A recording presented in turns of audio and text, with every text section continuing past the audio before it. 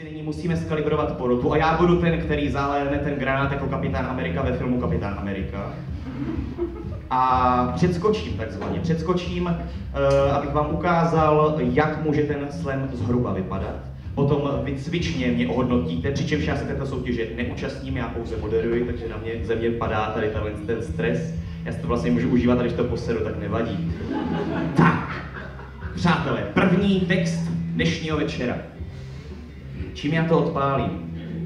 Já to odpálím asi textem, který jsem dával letos na mistrovství. Je to můj v podstatě nejnovější text. A tento text nese název Nemezis. A tento text je určený, jak už název trošku napovídá, všem záporákům a úhlavním nepřátelům. No a podle všech světových analýz mají všichni a všechno svou nemezis. Jo, jen si to vezměte. Indiana Jones má nacisty, příroda má turisty, zlé psisko z pejska a kočičky má sváteční dort a takovej ten záporák z Harryho Pottera není Voldemort, ale Umbridgeová, ty vole, to byla pěkná svině. Polovozy a paty Achillové, snaha soustředit se na televizní noviny versus výstřih Lucie Borgiové, rychlostného počítače a porno u Hieroglyphameniho trojúhelníku a Kolmost, Edgar Allan Poe a Havran nebo Vrána a váha s maximální nosností 120 kg versus tvoje máma. Příjemný let v letadle, přítomnost dětí, příčetnost pedagogů, přítomnost dětí, šťastné manželství, přítomnost dětí a příjemně strávený večer pedofilního katolického kněze versus absence dětí. Virus HIV, kondom na penisu, ženský orgasmus a neznalost polohy či existence klitorisu, věrnost ve vztahu a záletník a stížnosti, že sex trval pouhé 2 minuty.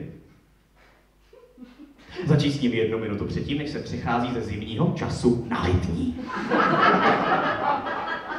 Trošku historie. Mistr Jan Hus, Plameny, svatý Štěpán, Kamení, Robert Baratheon ze Hry o trůny, Divočák, Tycho de Brahe, plnej močák, Rasputin, Kulka, jed a v plicích voda, Luke Skywalker a Star Wars 8. epizoda, Edith Piaf a na rakovinu jatersken a Martin Luther King.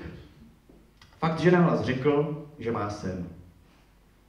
Občané Ruska, manipulace, holky, ženy a dívky, objektivizace, rozvoj individuality dítěte, autorita a snaha každý den se usmívat. Realita.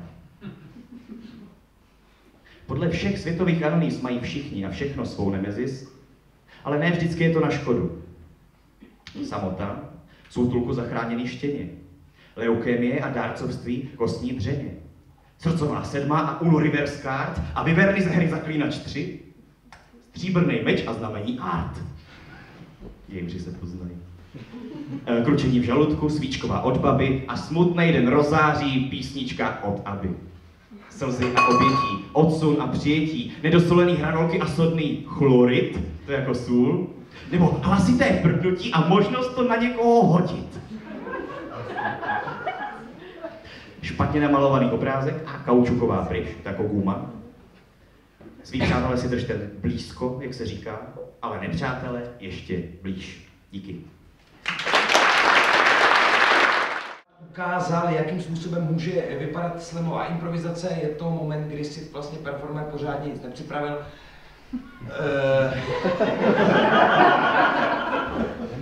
Co dodat? Přátelé, ne, skutečně, prostě nebude to nějak připravené, vím, jaké jsou postřelové platy, figurante bych tady neuplatil, takže k tomuhle mám alibi. Přátelé, já bych si vás rozdělil na takové 3 pomyslné sektory. První slovo této improvizace by mělo znít? Raketa. Raketa, dobře. Jakže? Staříček. Staříček? Xylofon. Xylofon. Homeopatiku. Takže máme tady raketu, máme tady starého xylofonistu a třetí slovo, které doplní tento smyslový rámec, toto slovo bude znít? Kužel.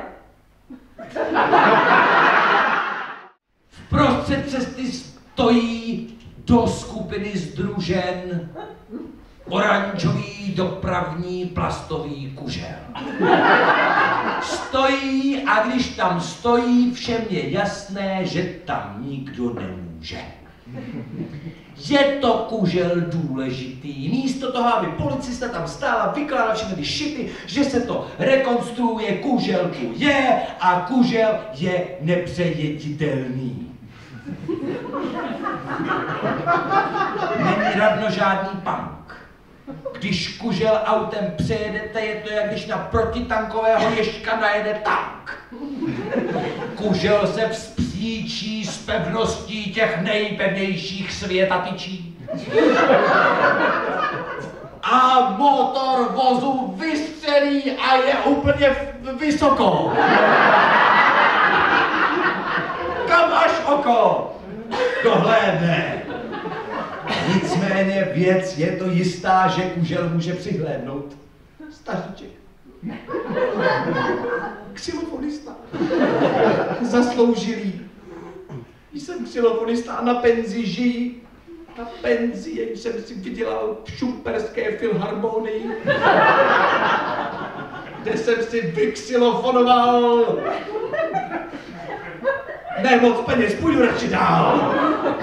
Ale kužel nevidí a co se může přihodit, když přes kužel chcete dál pokračovat jít, když xylofonista jde jak pominutý vstříc tam, kde asfalt nezaschnutý. Rázem xylofonista už je polozutý.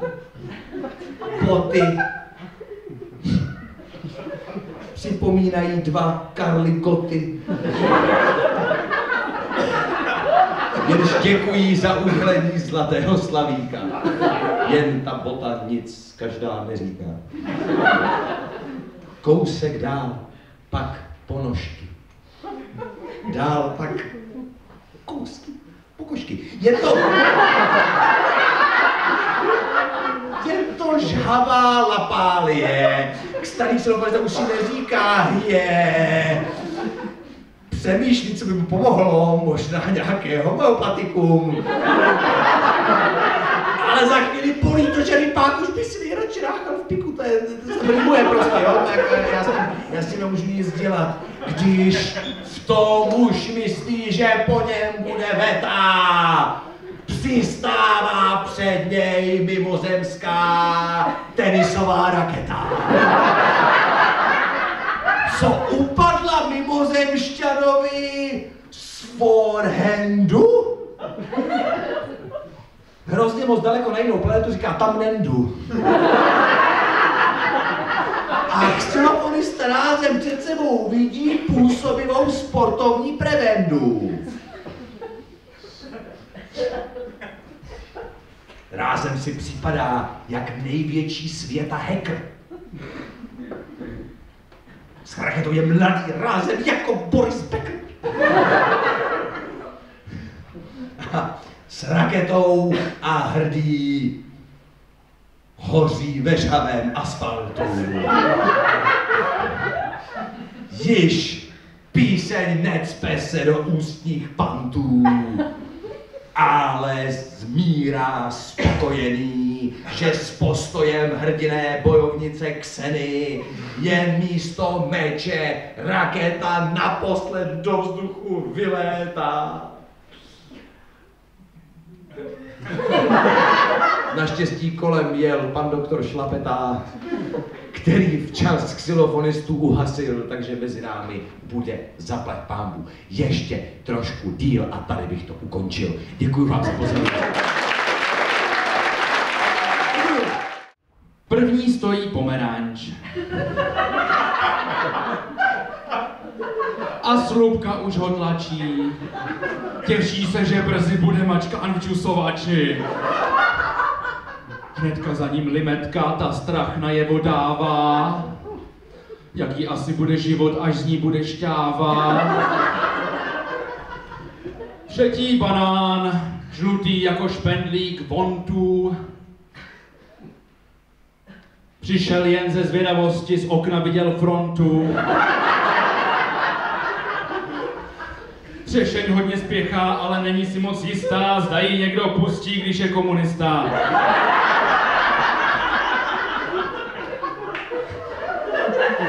Další pán, byl jste k nám objednán? Dobrý den, já chci být džusován.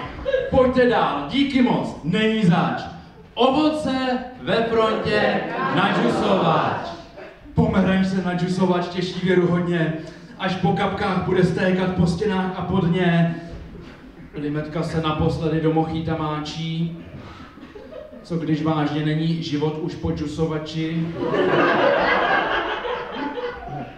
Banán šel by domů, jenže zaboukl si klíčky. Krátí čas tím, že se zkouší stopkou dotknout špičky.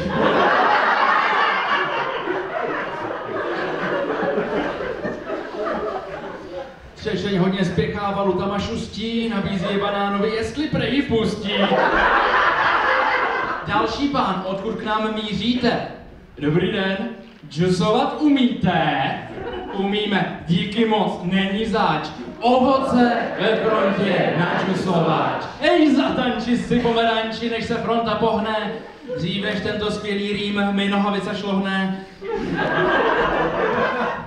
Limetka si říká, co to blbne k stáru. Měla na plátky jít s citrónem do pisoáru.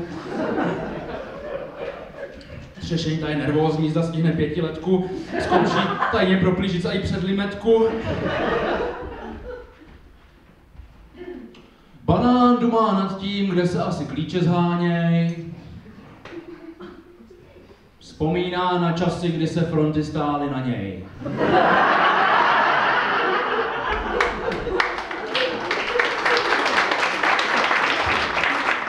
Další pán, dobrý den, kdo tu je? Dobrý den, u vás se džusuje, díky moc, není zač. Ovoce ve frontě na džusovač, slunce hází zlaté mince po zemskému kontu a ovoce stále stojí na džusovač frontu. Limetka se kvůli vedru ve své šťávě koupe, třešeň černá, banán hnědne, pomeranč se loupe. Jste první, co jste pochopila tenhle vtip. On se loupe jako ze slunka i jako ze šlupky, že? Džusovač je zaseklý a já začínám chápat, že džusovat kokos nebyl dobrý nápad. Dobrou noc. Ahoj.